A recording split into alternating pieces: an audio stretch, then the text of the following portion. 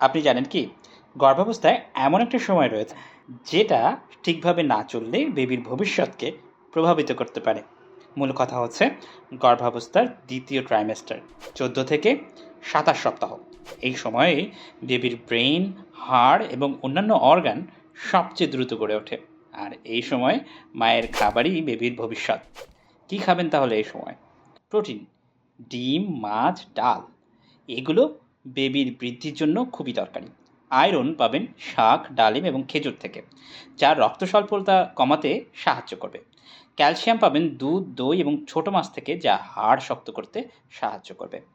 এছাড়া omega 3 fatty acid, যা বাদাম এবং মাছ থেকে পাবেন, বেবির ব্রেন গঠনের জন্য খুবই দরকারি।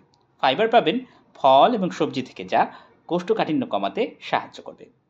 যা কম খাবেন তা হলো ফাস্টফুড, সফট ড্রিঙ্কস এবং বেশি বেশি চা কফি খাওয়া। মনে রাখবেন, মা যেমন খাবেন বেবিও ঠিক তেমনভাবেই গড়ে উঠবে।